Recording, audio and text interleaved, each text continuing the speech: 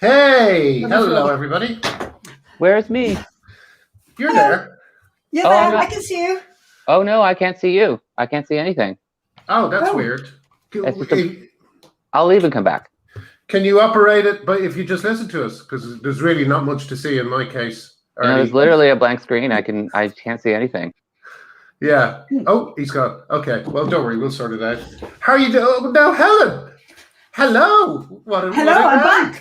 Back. Twitter. Most astonishing thing. Twitter is just somewhere. You're somewhere.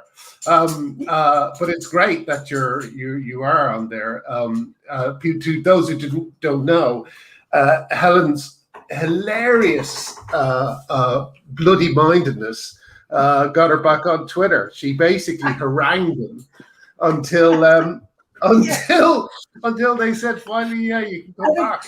Somebody did it. Somebody said it quite well today. You got banned for persistently asking a question, and you got restored because you persistently asked a question. Yeah. That's true. Welcome back, Helen. Oh, thank you. Oh, Archie, look at you. You're so prepared.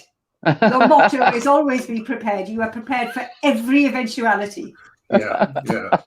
But except when my phone crashes, but. But it's kind of interesting, isn't it, that they just suddenly decided it? I wonder whether they kind of realized that once your story gets publicized, it's probably the most damaging to Twitter's reputation. I mean, Meghan Murphy is the other story that really needs to be publicized, but your one was pretty shocking, considering you were. But I've appealed, like I've said. I mean, literally about 50 times. But I did appeal about 50 times. And, I was saying I started treating it as some sort of therapy session, just sort of getting everything off my chest. And when Maya's judgment or appeal was granted, I used that, and they still came back and said, no, still hateful conduct. But I used it again and again. I think this was the third time yesterday I used it. It's possible that it's filtering down, that the memo's gone round, or I mean, who knows? Or it's possible that it just landed on somebody else's desk and they thought, that's obviously wrong. And obviously the big problem is that we don't know, because it's completely opaque. I mean, this is one of the things that we said in the House of Lords, isn't it? That one of the massive issues with these social media companies is that it's all completely opaque, and it's about who you know and who has happened to have reported you and which mod has read the ban. It's very poorly done, I think. Yeah. It's I just found out that my appeal about the Metro piece has been rejected, because of course Ipso are not fit for purpose. But one of the things that they can, I think the guy at Metro said was, you got banned from Twitter for and whatever statement Twitter gave the press when I was banned, which is stuff that, like, misusing the platform, which was never given an explanation. They mentioned another account I had called Deathbot, which I'd had for years, and not really used. But the stink remains. And they're just completely. They don't have to answer to any of this. Meghan Murphy is the other big one. I mean, Meghan Murphy not being on Twitter anymore, and Jonathan Yaniv still being on Twitter is the purest. It is. It's most outrageous thing. Egregious sexism. I think that actually that's one of the phrases I used in yesterday's appeal. Yes, that is the most egregious sexism. Because I sent you a thing, Helen. You sounded like Kramer's lawyer, who's captured. It's egregious. It's outrageous. They must have felt like they were dealing with Jackie there, So anyway, but I wanted to say about Meghan Murphy. I'm not sure that we mentioned the terrible hacking attacks that she had to deal with. I think it was about 3 weeks ago to a month. It's just the most appalling thing. Somebody sort of got into Feminist Current, hacked it, stole the Twitter handle, and was just tweeting out the most dreadful things. And you know, she's been doxxed, she's been threatened. I mean, she's practically been hounded out of Canada, thrown off Twitter and it's clearly for political reasons. I mean, it's so obvious. Well, look at this. Someone says here about my Wikipedia page, you know, it has a big section entitled anti-transgender, you know, and what can you do? What can I do? I can't do anything about that. If I change it, it'll just change back. If I was to change every lie about me online, I'd never stop. I just have to kind of live with there being a kind of a, you know, an identical picture of me on the internet. That's not accurate. I don't really know what the answer is.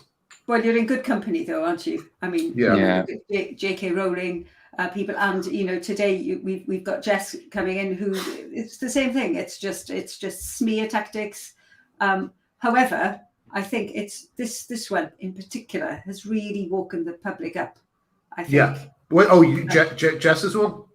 Yeah. Yeah, it was good, wasn't it? It's kind of, and I saw an interesting thing today. There was some group that published a kind of a photocopied targeting of university people. Did you see this? Who they were? Oh fuck! I'm sorry, I can't remember the actual name of the college or where it happened. But basically, they did a page of photographs of all these professors who they didn't like, called them transphobic as always, you know. And in this long screed inside it, they talk about, you know, being kind to people, and there's a picture of a woman with a gun on it, you know. They just can't help telling on themselves, you know. They're just so addicted to threatening women with violence that even with all this extra attention on them, they're still doing it, you know. It's Cardiff, apparently. Cardiff. That's it, Cardiff. That's Cardiff. That's incredible. But did you see the whole Open University thing? That was, what was that? Someone started up a gender critical. Yes, so there's a gender critical research group as part of the sort of, I think, humanities, wellness and health sort of section of it. And the fuss, you know, predictably, people are making the most enormous fuss. I saw, is it Gregor Murray? Was that the who Maya had said he inadvertently? In fact, everyone had said he inadvertently because he looks like a man with a beard, saying that he's now doesn't feel safe. He's apparently going there or is there, and he now doesn't feel safe. And you're like, isn't the Open University online?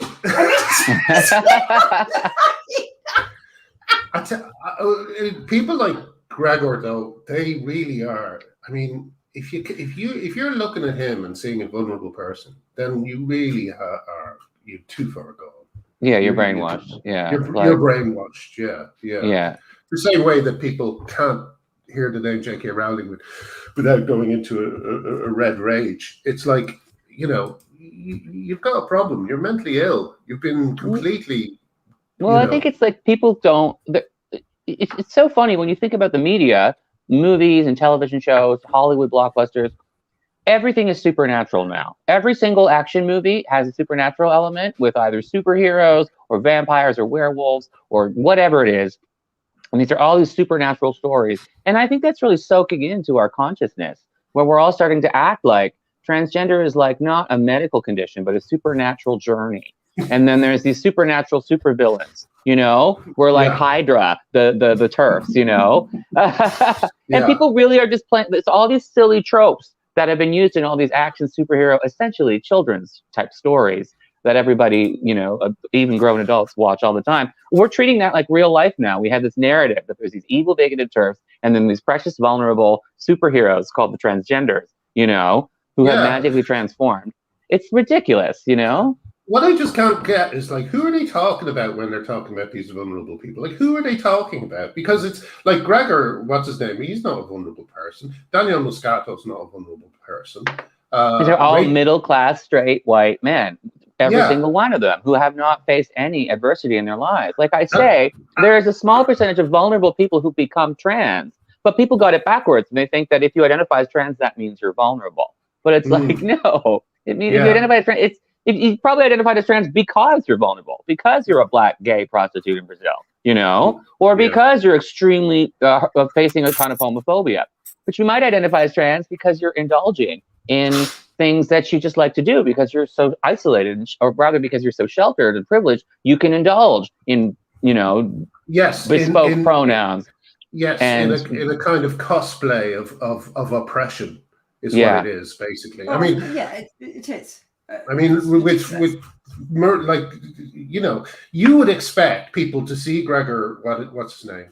Let's not say his full name too much, but like, you would expect people to see him or to see Danielle Muscato or to see Jonathan Yaniv and think, oh, okay, these guys are just taking the piss. These aren't serious guys. These are just, you know, what's Muscato? We just published a thing on him today.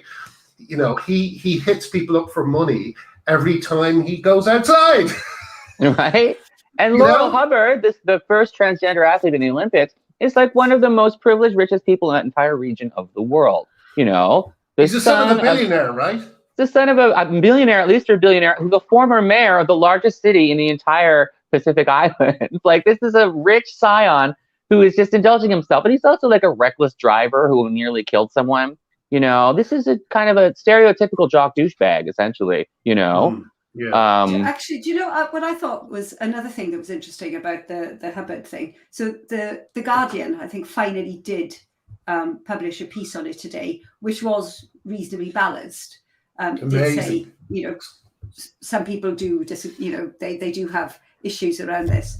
And in reply to this, I saw that the narrative has now changed, because the narrative always was there have never been any trans women athletes competing in the Olympic Games. You've got nothing to worry about. But suddenly here we have one. And I noticed the narrative has suddenly shifted to, this is the first trans woman athlete in 50,000 athletes. There's no problem here. You know, it's hardly it's not been easy for them either. So there's never going to be a sense of where, you know, for the activists, there's never going to be a point when they will say, they'll just shift the goalposts each time. That's what, like, you know, that's what they prove every time. Like, you cannot appease them, you know, and because I think in part because you know, it's been hijacked to a large extent by, you know, the anarchic left, you know, who kind of who see it as a, you know, I've said it before, but chaos is a ladder for these people.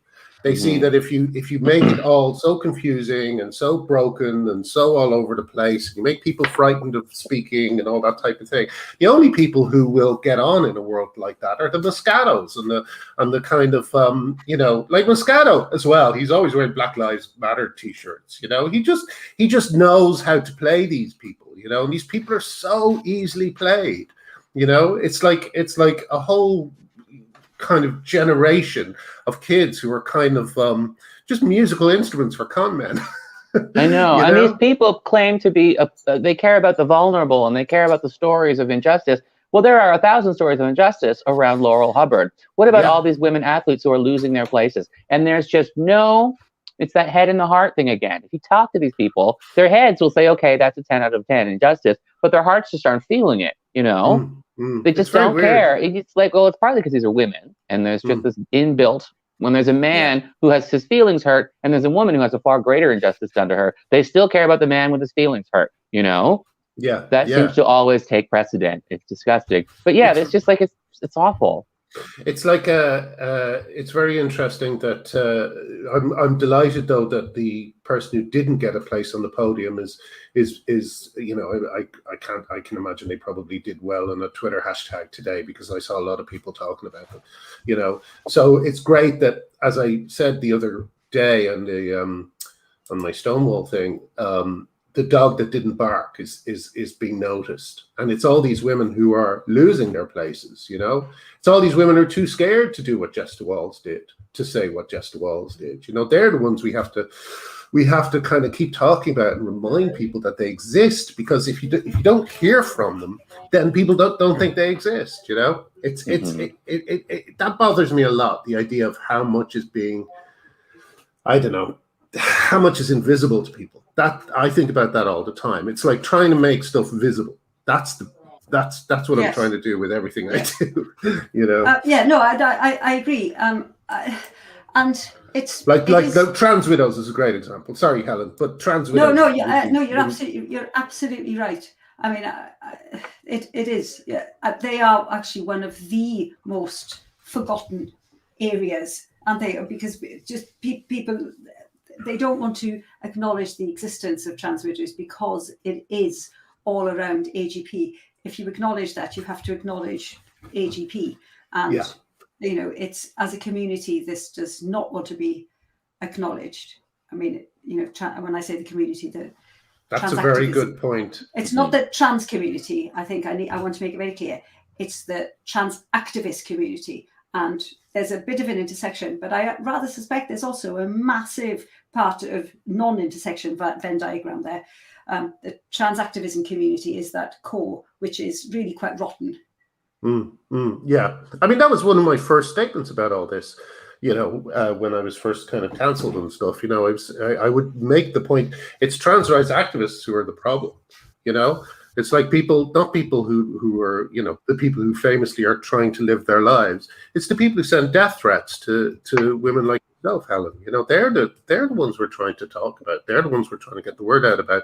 But people like the Fawcett Society are happy to just pretend that you don't exist, and it's by the way, honestly, I have enjoyed seeing them being shamed last few days. Yeah, but that Guardian article about I'm so worried about saying anything because I will get it from both sides was just so terrible, and it was the standard. I think and it was so predictable. I'm going to get a pile-on for this, and I noticed that Maya had replied saying, yes, perfectly reasonable answer. If somebody is actually citing you in an article in a national newspaper, I think you have a reasonable right of reply, even if it's just on Twitter. It was quote-tweeted. See, what did I say? Case in point. I know, yeah.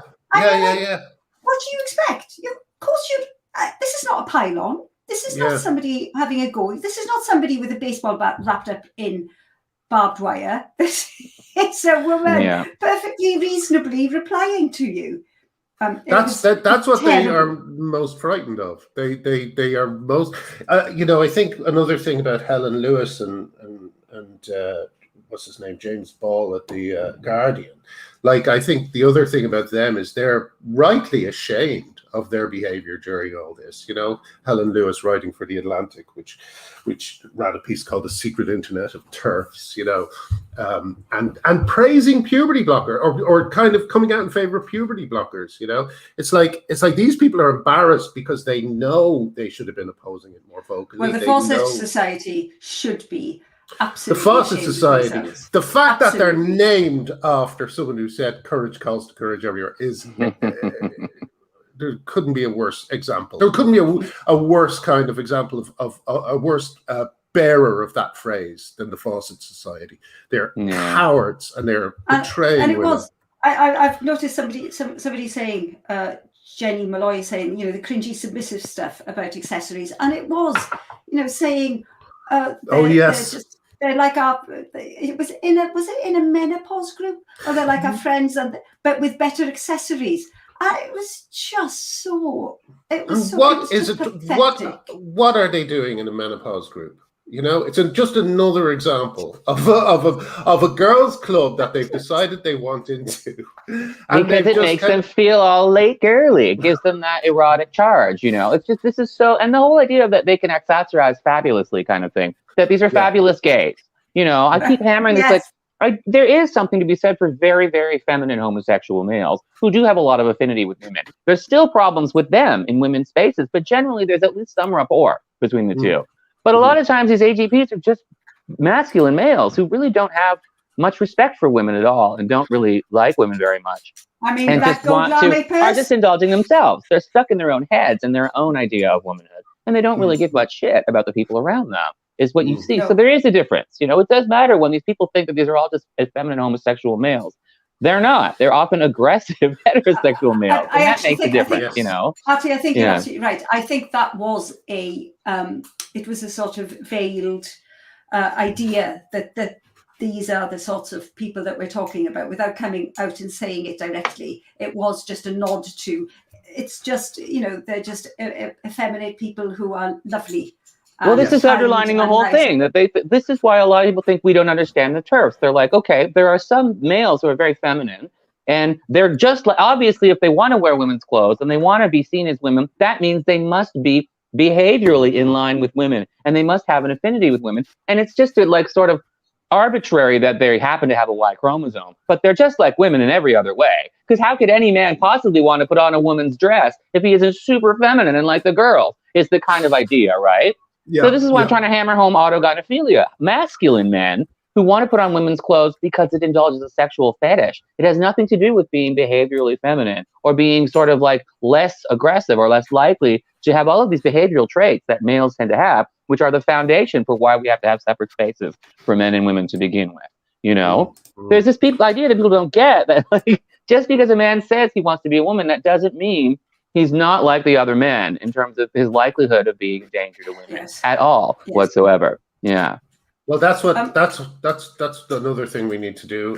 Again, that I spoke about last week is we really need to nail people down on their terms.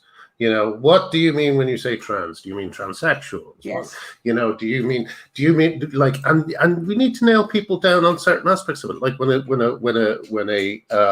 IGP male says they're a lesbian, are they a lesbian or not? Say it out loud. But they wouldn't dare, you know, a lot of these people like Fawcett Society and all, they wouldn't dare say this stuff out loud because they know it's wrong.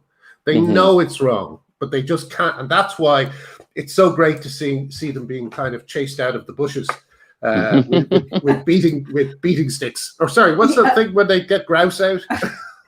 The beaters. People do. Beaters. Yeah.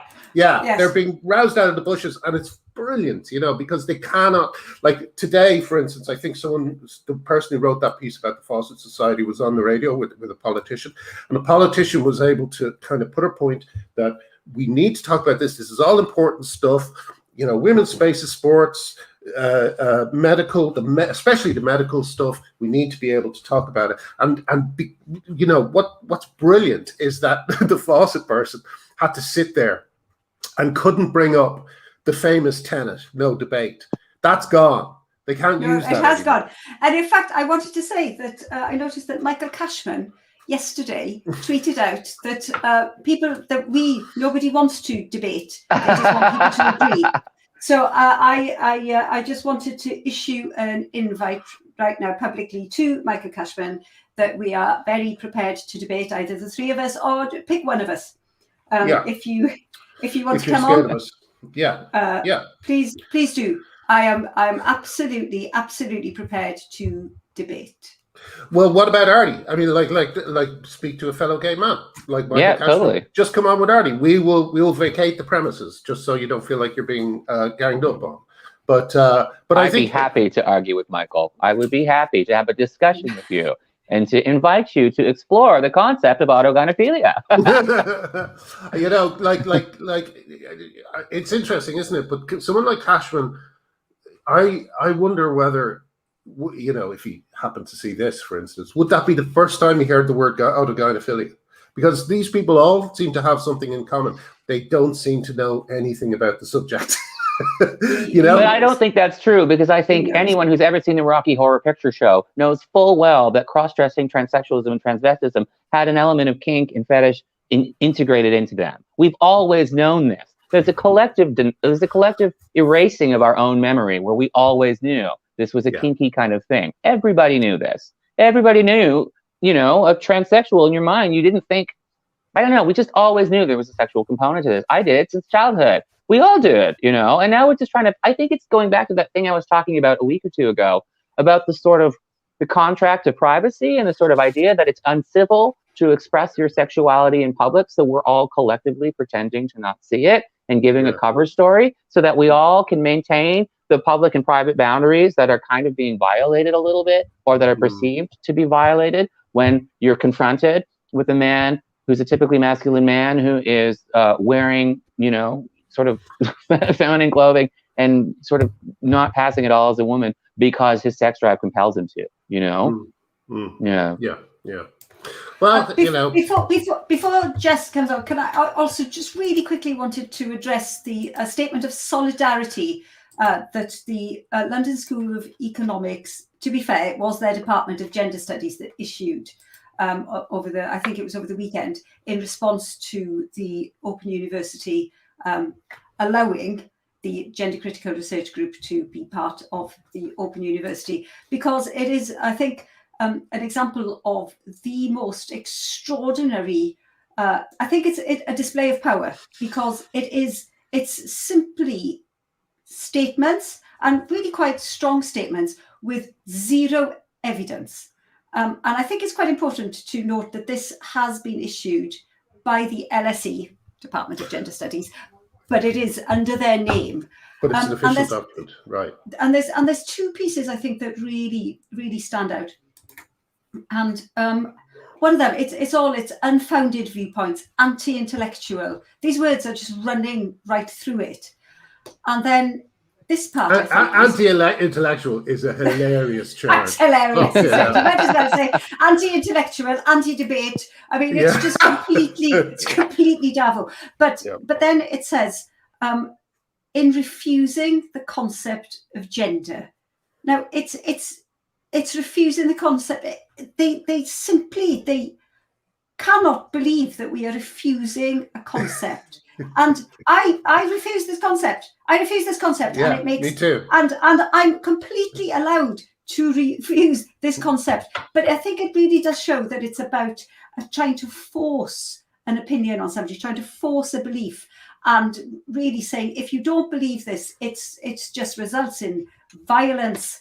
And the final sentence in the final part of the sentence that starts with, in refusing the concept of gender, and it relies on and invests in racist colonial understandings of sex and gender. It's just, I mean, wow. it just says all of the tropes that we've all heard that most people don't understand. Like, if I'd have read that, also that racism, having heard it so many times before, I'd be like, what? Yeah, but that racism thing as well, that colonial idea that it's a colonial invention that there's two sexes, is just purely cribbed off American academics who like, you know, are even in this, I think, are beginning to be found out to some extent as well. You know, people like Robin DiAngelo, people like that. I think they're beginning. So again, it's just an Americanized thing. Every time, like, there was a brilliant moment where I've mentioned this years ago, but Jane Clare Jones was talking to someone, and they were saying, "Oh, the binary is colonialist," or something like that, and she said something like, "Which colonialism are you talking about?" You know, and this American person said, "You know, colonialism," because they only had one in mind, which is American colonialism, you know, and that's why. And colonialism as a phrase is kind of leaked over to the UK when it doesn't apply. You know, it's not like we came or UK British people came and killed a load of people in England and then took, you know, then decided that there were two sexes. You know, I mean, it's even more absurd when you. And the Celts. Sorry. Well, yeah. Sorry. But you know what I mean? It's a lot of stuff going on. But it's the idea of it being a it's just a buzzword they use without thinking about anything at all. You know? Yeah.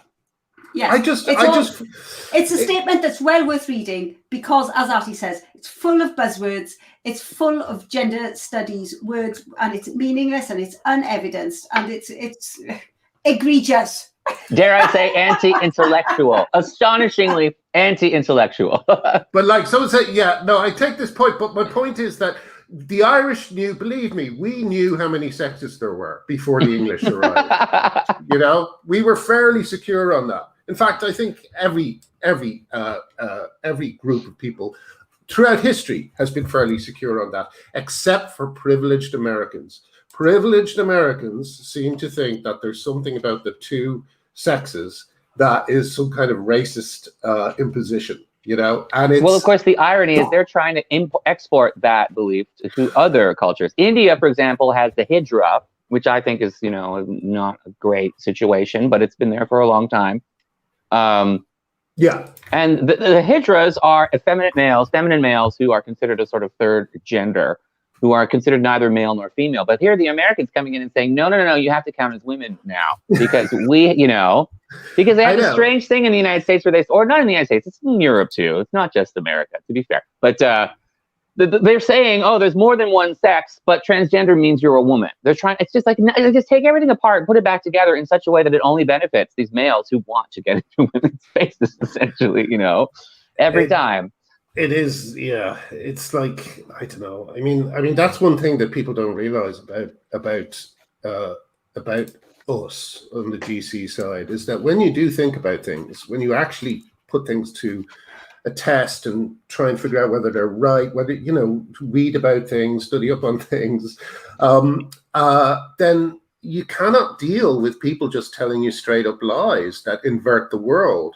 You can't, I certainly can't deal psychologically with the idea that, there's more than two sexes when there aren't more than two sexes. And I know that there's not more than two sexes.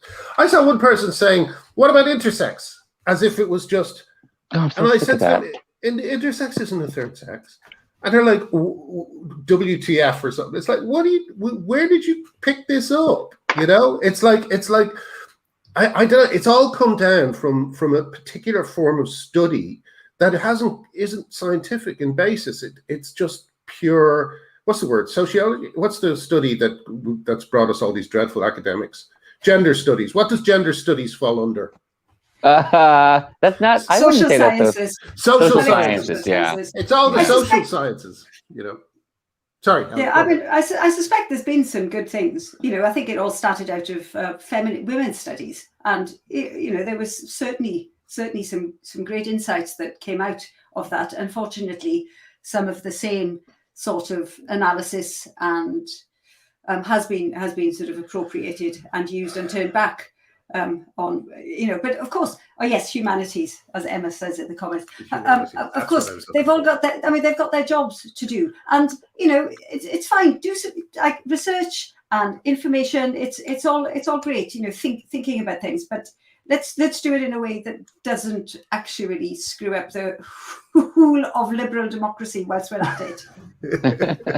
And do it right. I think part of the problem is people want to express that people have different gender expressions. Some, men can be as feminine or masculine as they want in their expression, and women can be as feminine or masculine as they want in their expression. Okay, that's great.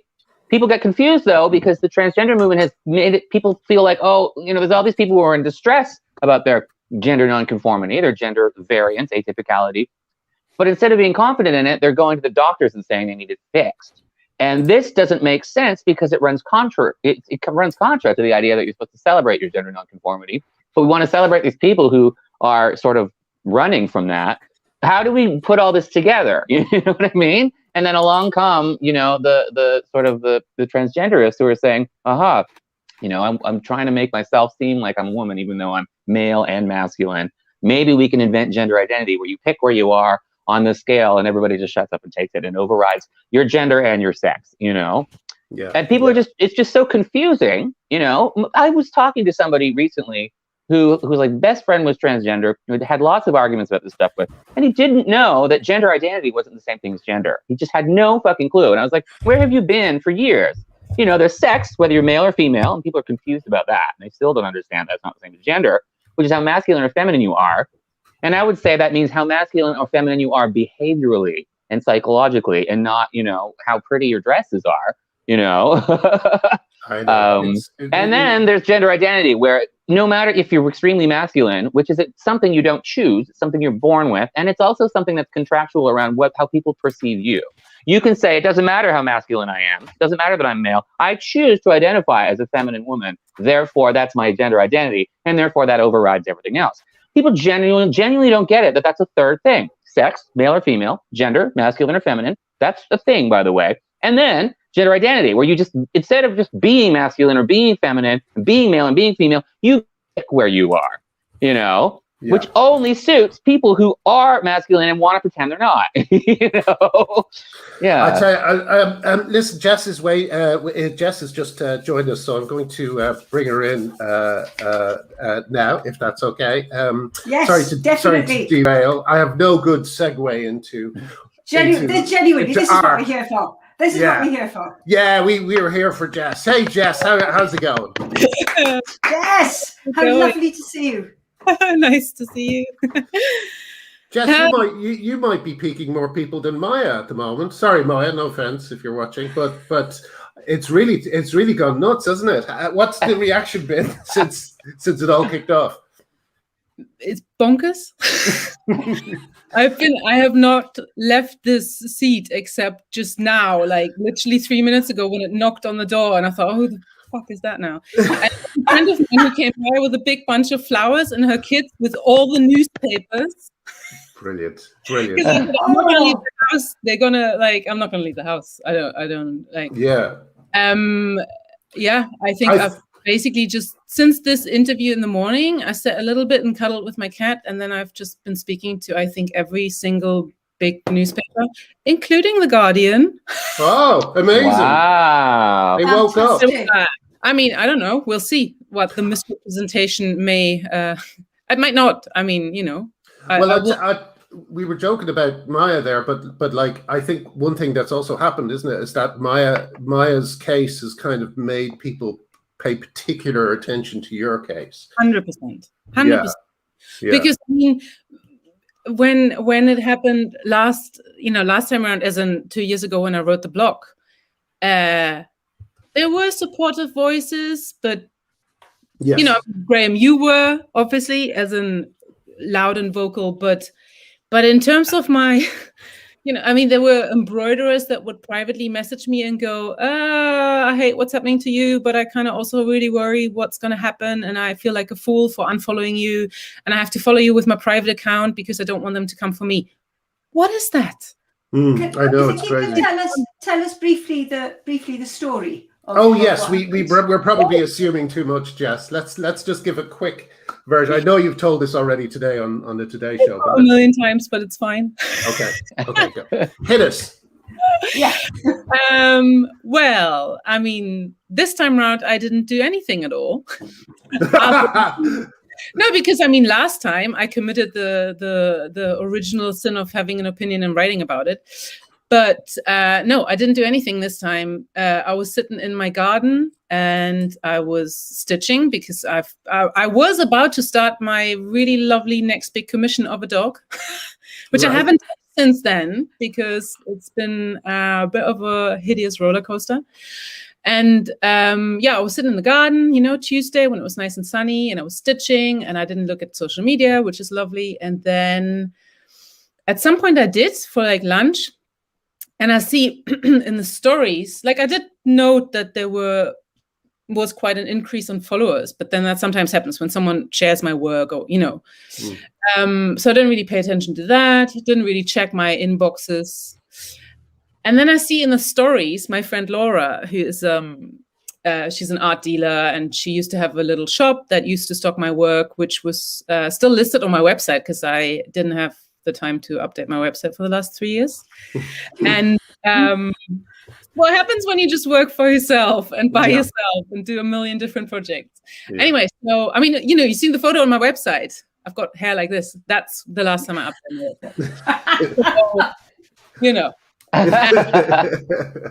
it. So she was listed there and it still didn't click with me. I go on her story and she seemed obviously upset.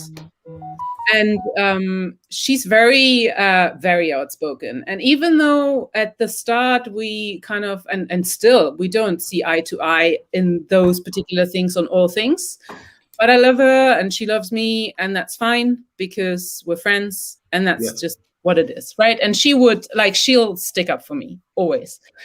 And I see her upset in the stories going, tagging me going like, fuck off, leave my friend Jess alone, blah, blah, blah, blah, get the fuck out of my inbox. That's the kind of person that she is, like, which I love. Yes. And I thought, what happened? And, you don't have to agree with her. I don't even have to agree with her to like her, and blah, blah, blah, blah. didn't think that much of it and texted with her. I'm like, oh, did the trolls get to you? I didn't think that something had happened, but kind of, it's like, yeah, I don't know what they want from me. I don't even know really why they tagged me, blah, blah, blah. Still didn't click. Yeah. And I was like, oh, that's really shit. I'm really sorry this is happening to you. I don't know what happened. I just thought it was some outlier, because this happens every now and again, that I've got some, a keyboard warrior going, you're so horrible, you're this, you're that, like, I care. And then people started to send me screenshots in my inbox, like friends of mine, going, are you aware of this? I'm like, aware of what? And I see this embroidery lady going on a rant about me in her stories with subtitles, which made for really lovely screenshots when I took them to the police. Because she went on like a 24-hour rant about what a nasty, shitty person I am, and blah, blah, blah, blah, blah. That I don't even care. Tell your followers whatever you want. No, sure. That sounds like it's kind of par for the course. Yeah.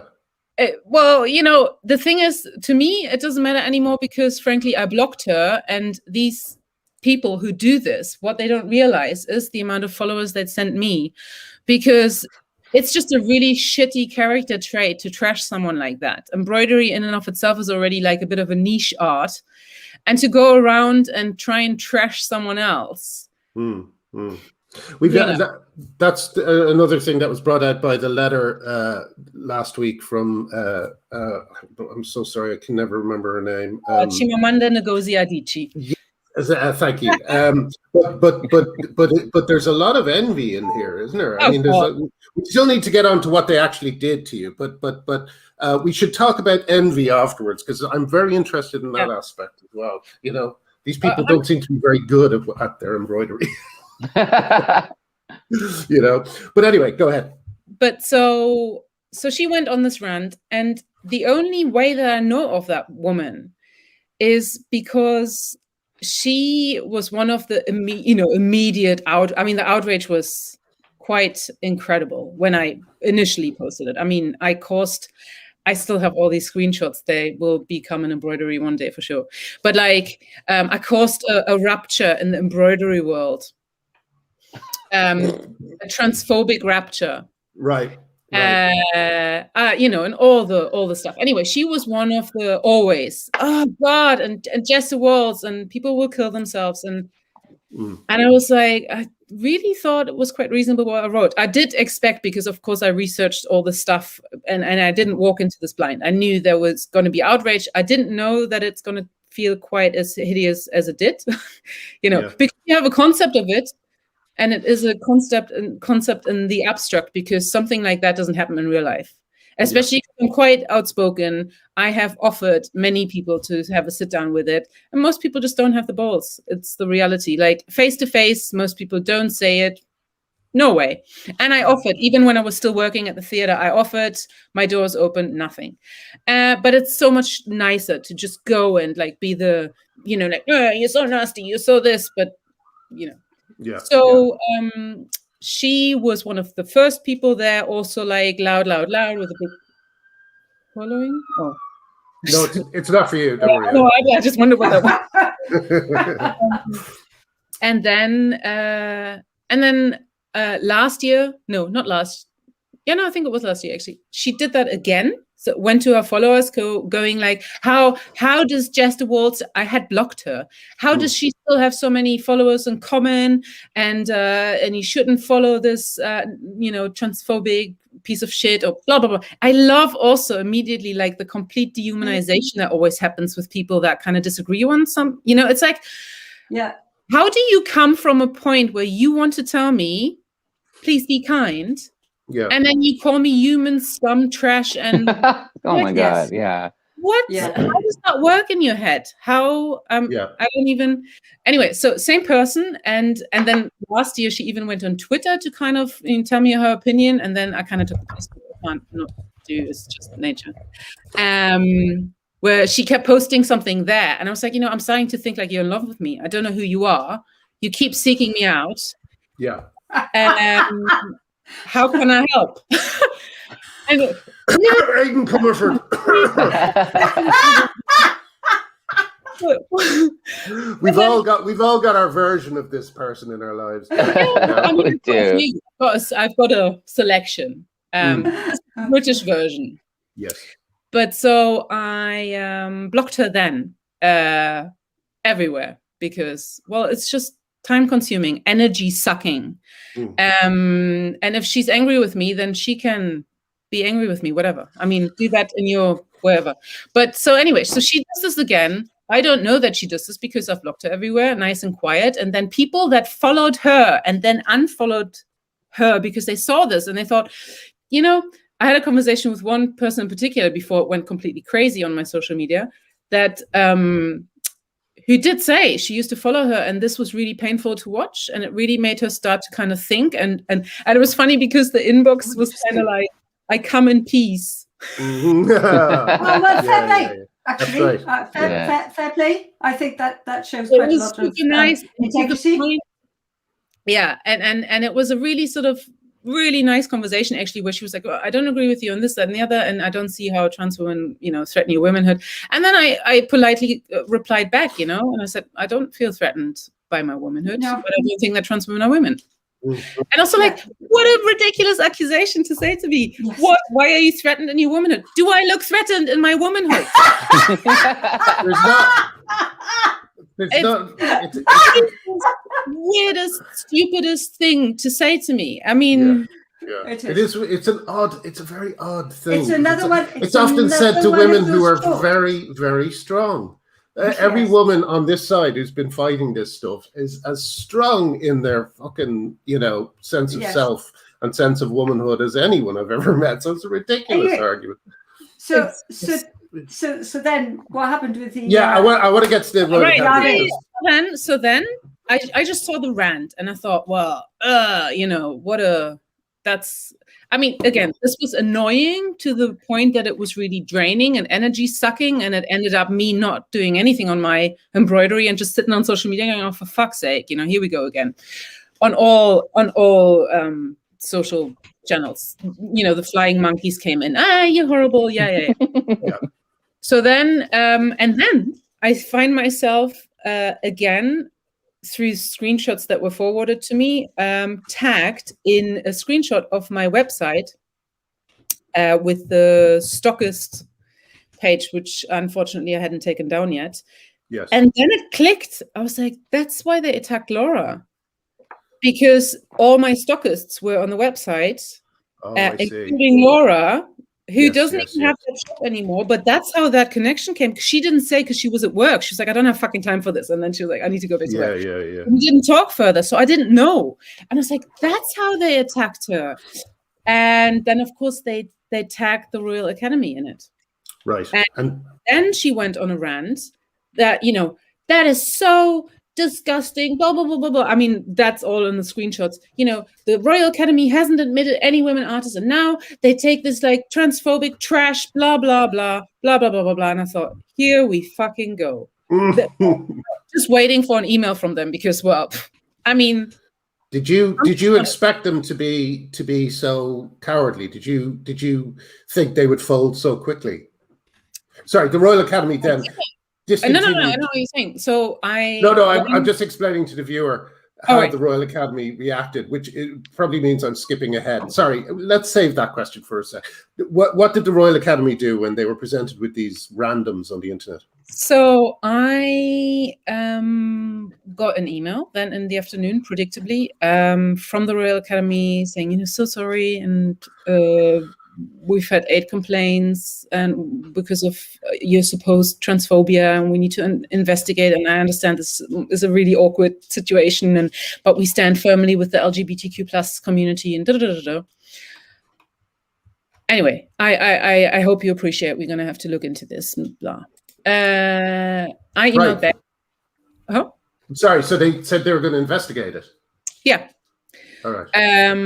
Then I emailed back saying, I'm so sorry that you got dragged into it.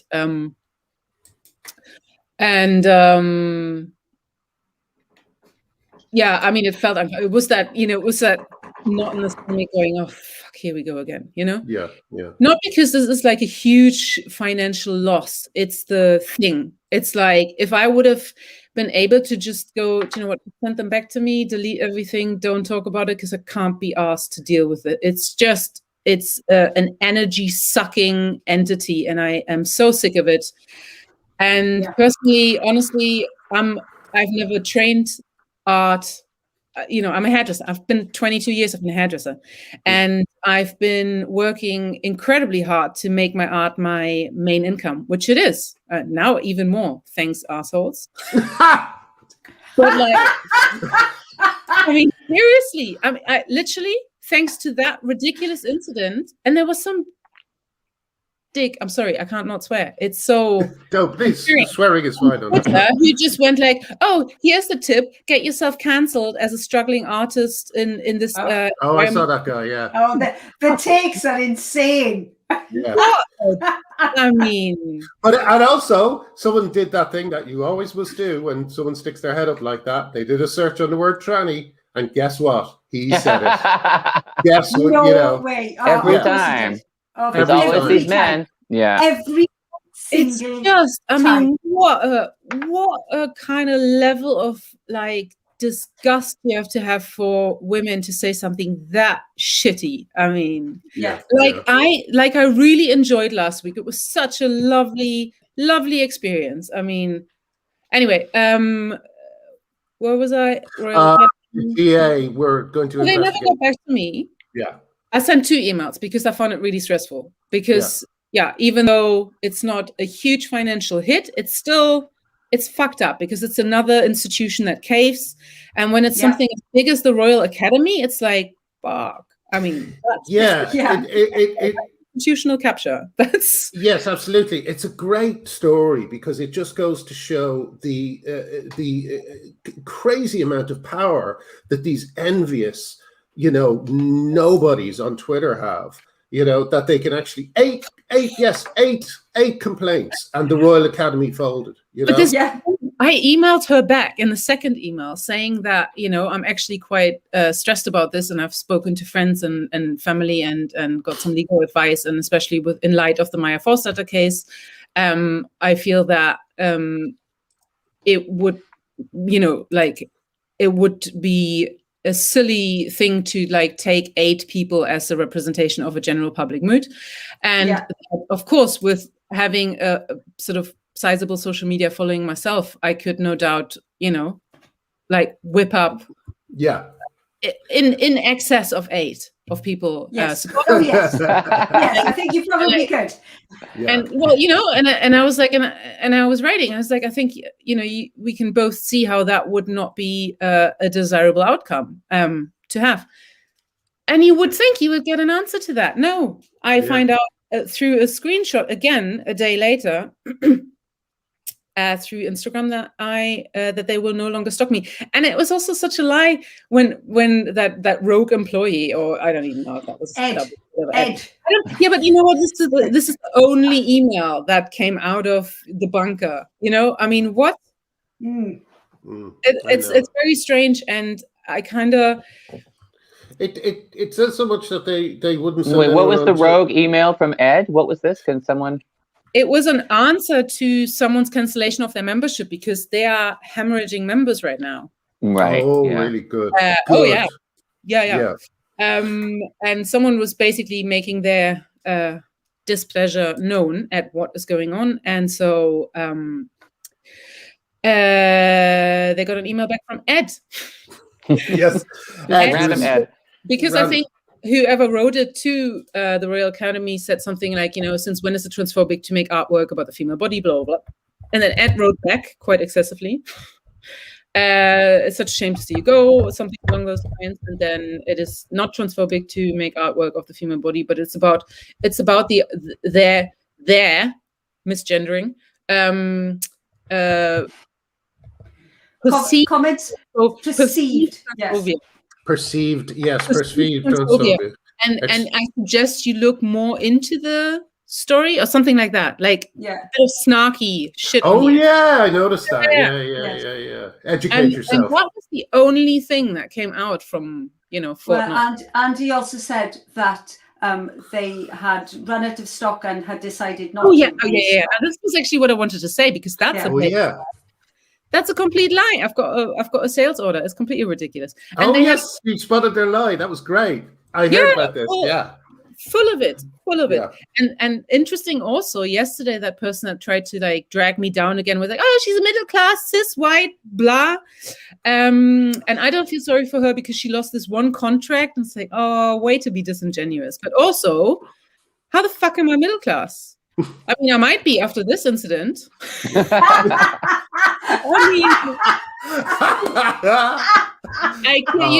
I have come from working by myself, for myself. I'm going to have to employ probably 2 people now. Yay! That's fantastic. Great. Wow. It feels like I've swallowed the red pill and I'm sort of, it's so weird. It's not quite sure yet, but it's going to take a while to work through all that stuff. They've made such a mistake. I'm going to do something I rarely do and share screen because it's not because this is so interesting. But they've made such a mistake because another thing they've done is they've directed a lot of attention onto Eric Gill. I know. Who Eric Gill is apparently was a pedophile, raped his children or something. Yeah, I love that I'm being compared with that as well. You what? Sorry? I love that I'm being compared with that as well. I know. Lovely company. Lovely company you're in. Yeah, I'm like, I'm sorry. How is that even remotely near to But someone pointed out that this pedophile is let me just find it. This is just incredible. Has got a work on Broadcasting House. Mm-hmm. And that's it. Yeah, I've seen that before. I mean, considering what he was, that's pretty extraordinary.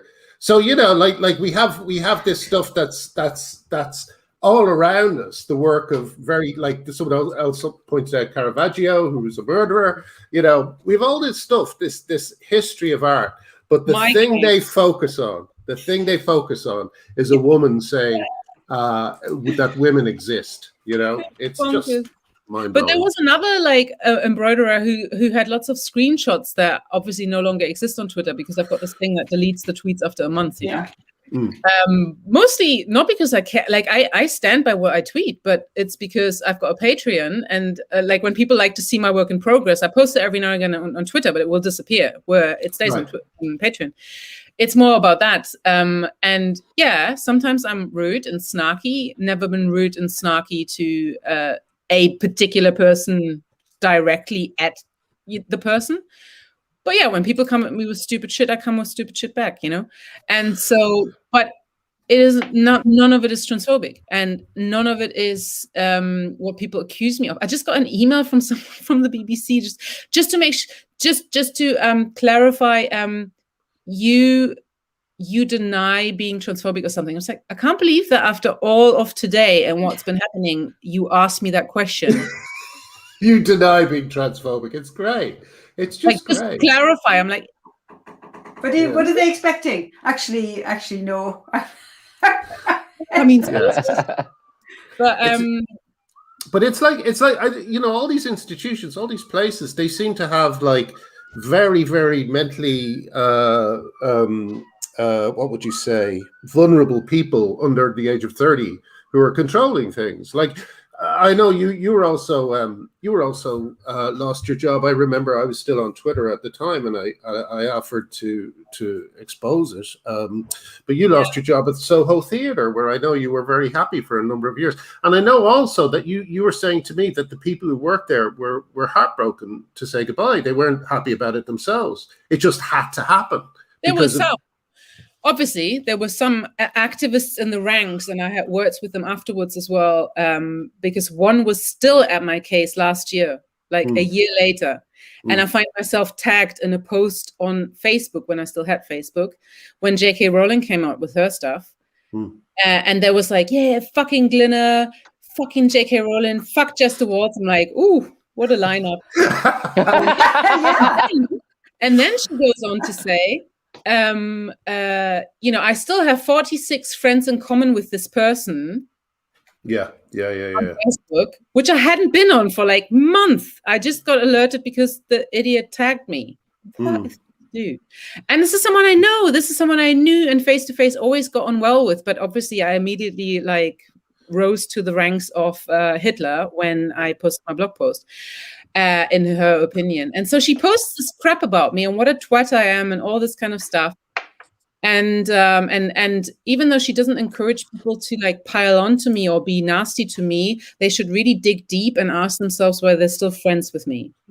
Yeah, it's amazing. I always say a screenshot of that and posted it on the internet, and it kind of backfired. And she wanted to apologize, but only for calling me a twat. And I said, you can call me a twat all day long. If you continue calling me transphobic, I'm going to take legal actions because I know her. Good. And then she stopped. But that was so theater. But the majority of people, they're really, really nice. And I don't want to drag them in the shit because it's being stuck between a rock and a hard place. It's a small, comparatively small, cultural theater. Yeah. What I don't understand is why people do what these people say. Like the Royal Academy did it for 8 people, just random, probably anonymous accounts, and they just kind of hop to it. What is going on that they're so eager? It was knee-jerk reaction. I think it was a knee-jerk reaction with Royal Academy. I think again, I think what you were saying, Jess, is that they kind of just want to hide from it. I mean, even that mail from Ed, he felt that he could say, "Oh, actually, we weren't going to restock her anyway," and that nobody would find out. Nobody would find out. That nobody would just post it and it wouldn't go viral. I genuinely think that they hadn't thought about it. They hadn't considered that this was going to happen to them, and they thought, "Oh, we just get rid of her." The day after, they did not. They were like, "Oh, we kind of went a bit hasty, and we need to sort of step back." And I'm like, "That's a little late." Like, how are you? And I'm like, "How am I?" In the center of the in the middle of a shitstorm. And so these people that kind of go, "Oh, look, and now she's raking in the money." I'm like, "Yeah, thank you very much, asshole." I didn't ask for that. I'll have it. Yeah. What genuinely, no self-respecting GC feminist is going to be without one of those heretic patches. I'm desperately waiting for mine to arrive. Yeah. Jess, can I ask? Let's just talk a little bit. I mean, we're over an hour, but this is a big story and an important one. So let's go on just a little bit longer, if that's okay with everyone. How much do you put down some of this stuff to envy? Is there creative? I feel that when I see the artworks of some of the people who are accusing you, for instance, it's of a much, much lower quality. Do you think envy comes into these attacks? Yeah. I think what Chimamanda said in her writing nailed it. Yeah, it's a really great way of knocking someone down that you haven't got a hair on. I mean, someone said this, and it's hilarious because I don't compare myself with other artists because that's the most futile thing you can ever do for creativity. It's ridiculous. Like that, you will always find someone who's technically better than you or who had the better idea. But that's not why I'm making art. It's because I like making art, But I like someone who follows me on Twitter had the funniest comment that even when I felt really shit, it made me laugh out loud so hard because someone was saying, it was one of Jess's rivals, and then she went calling them Jess's rival. It's like comparing the fast kid in school with Usain Bolt. Oh, well, that's nice, great. isn't it? It's like that. I need to find that again. I want to embroider that. It's the funniest fucking thing I've seen in the whole week. But this is the thing. I think probably is the embroidery community. Have your embroidery community. I consider myself an artist. Currently, I work with embroidery. I've also used to make retech sculptures, and I used to paint. And sometimes, have your little commune. Fine, leave me the fuck alone. I don't want anything to do with it. It's ridiculous. If that's your community. Yeah. I mean, all these places are just fatally affected by purity spirals. 100%. But it's I was saying the other day, you know, you never see poker players accusing each other of transphobia. That's because you're always all pissed. But you know what I mean? And in a good mood. But it's like places where women congregate. That's where these accusations have force. They don't have force in male worlds. You know, they don't have male for. You know, you never see a footballer having to cancel himself. You know, it's really. No, however, you've still got plenty of men willing to do the accusation, the accusing. Which yes, so much of that, because it's easy, isn't it? It's easy to do it against women. Mm-hmm. Yes, I mean it's been great watching all those guys come out against you, Jess, because they always reveal themselves. The guy who said the T word is a perfect example. You know, they're just. I don't know. It's another way I look at it is the bully class. I think we have to talk about the fact that there is a bully class. You know, and what I think has happened with the internet is that the bully class has been empowered, hopefully temporarily, to an extent where, you know, it's really like fascists have rolled into town and they've put on the uniform. You know, it's what's even more annoying is that in a lot of the times, the people that you speak to online, this is why I try and restrict myself also often, because it's so easy. Like I haven't been drinking much lately because it really is easy to go on Twitter and just go, you know, a lot of the times they're kids. Yeah. Like genuinely. And that's also really often the levelization. Yes. You know, someone says something, blah, blah, blah, lol this, lol that, and you're like, and I ended up having conversations with people that attacked me on Instagram on occasions that I literally managed to like end up having a real conversation with. And then at some point I was like, how old are you? 16. Right. Yeah. Yeah. You don't know that because they're all behind avatars. You don't know that they're kids, and that behavior, I mean, and they're not all kids. There's obviously completely ideologically like seeped adults who don't see the woods for trees, you know. I mean, but a lot of those people are kids. Yeah, I think also a lot of the more violent stuff comes from kids. Yeah. I think kids just kind of fall back on that easier than adults, because adults are aware there's problems if you get caught. But I think a lot of the gun imagery and stuff like that is kids. So do you like? Is there a point in? What would you hope to get from the Royal Academy now that might resolve things? Oh, I don't know what will resolve. I don't know.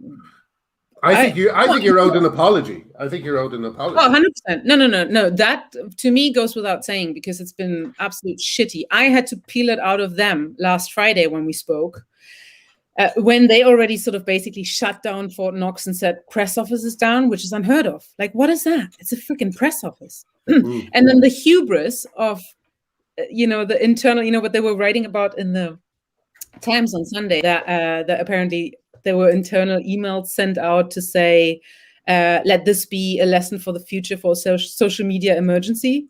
Oh, yeah. How about we deal with this one? And it's like, And this one's still ongoing. You don't install the fire alarm system in the other house when this one's still on fire. Right. Right? To me, this is like, it's this little woman, she's going to shut up and she's going to go away. And honestly, that's what I wanted to do when this started. But now it's like, and I love that when people go like, oh, if she was cancelled, why is she everywhere? Because of you. Yes.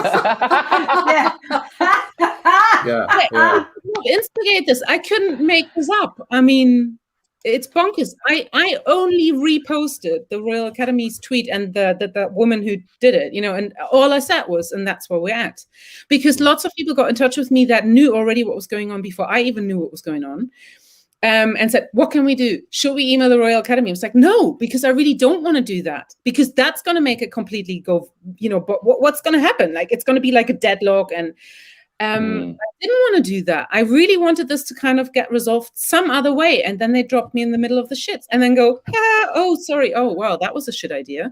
Yeah. No shit. Yes. And then call me. oh, can we speak urgently, and then hangs on the phone and says nothing. I think it has been great, like we were saying at the beginning, for waking people up. Janice Turner's piece in the Times I thought was very good. And I read some of the comments, and the comments were 100%, the ones I saw were 100% on your side, but there were lots of people saying, thank you for bringing this to our attention. I hadn't heard of this. I didn't know this. Thank you. So I'm sorry that I'm getting a million inboxes like that. You know, I hope, it is working out for you in terms of sales, but it's much bigger. This is much bigger than that. It's another one of these sort of pivotal moments where people are like, hang on, seriously? But this is what I was saying.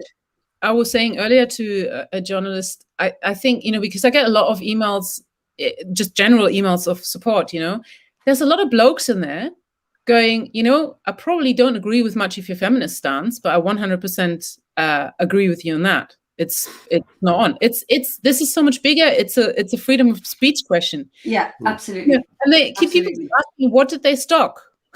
Because of course, it could have been a big fat vagina and someone was offended, but no. Yeah. If you don't know me, if you would go into that shop and you would buy that thing, you wouldn't have a clue, A, who I am, B, what else I do. This is pure and simple just because of what I think and what I dare to say. One problem I had with my cancellation is it was just too early. I was cancelled about 5 years ago, Yes. And I didn't even know this was happening then. And all that got reported was the kind of the trans activist view of me, which I'm still fighting, But I think I think if something happens to you now, I think this is just a piece of advice for anyone who goes through what Jess went through, wherever you're at. For God's sake, use it. We're now at a stage where people are paying attention. People are beginning to understand the intricacies of this debate. They're beginning to see it's a lot simpler than they thought it was. So every time they overreach, like they did with you, Jess, then use it. Use it to contact journalists, contact me, contact anyone you like, but get the story out there. That's an important thing, I think. Because it's bullying. It's plain and simple bullying. Yeah. And it's amazing because they turn around and go like, oh yeah, but you don't seem very bullied. Yeah. Yeah. Yes. You stood up to the bullies. Oh, therefore you weren't bullied. It's bonkers, isn't it? That's the thing that annoys them so much. And that's what stops me from being able to collaborate with anyone, because they go and bully whoever I work with. So I don't collaborate. So it affects my work. Yeah. And I'm lucky in that I've got lots of private patrons who I don't talk about because I don't want to land them in the shits, I'm okay. But I also don't ever talk about my private life because I don't want anyone to be dragged into this mess. It's a mess. You were great on Today program as well. I loved two things you said. What was the thing you said that, when was it on the news that there were more than two sexes? You said something like that. Was that what No, she said, is the difference of opinion. And I said, what? Since when did it become an opinion that we have two sexes? That's a fact. That's a biological fact. That's exactly, because I've been trying to get people to stop saying belief, gender critical beliefs. They're not beliefs.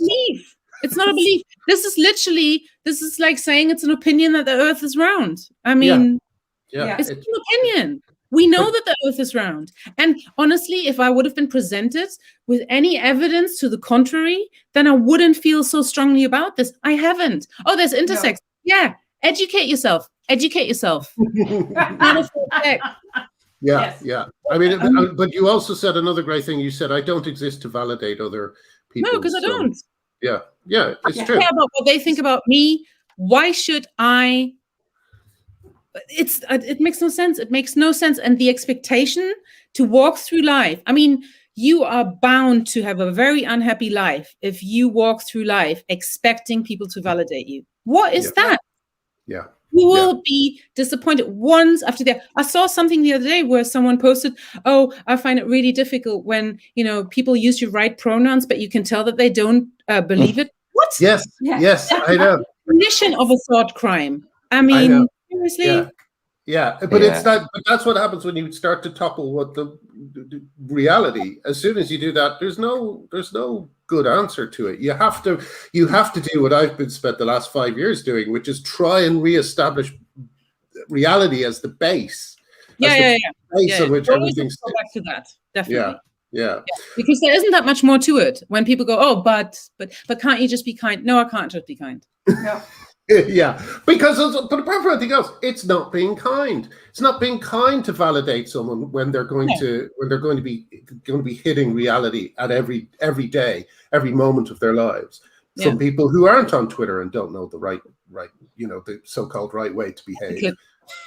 These people are going to be mentally scarred by these years. It's really frightening when you think about it. I'm really sad. But anyway, for the moment, let's look at the bright side. And the bright side is, Jess, you're on your way to joining the middle class. It's all looking good. Now you can't cancel me. What a stupid thing to say. Honestly, people are. I know. Again, educate yourself. Not middle class. It's I been wasn't last week. It's been the most extraordinary thing. It really has brought out it's like draining the stupidity out of everybody, for everyone to see. It's an extraordinary fight to be in. But I'm very, very glad to be in it with people like you, Artie, and Helen. Tiny Artie. Tiny Artie. You, Tiny Artie.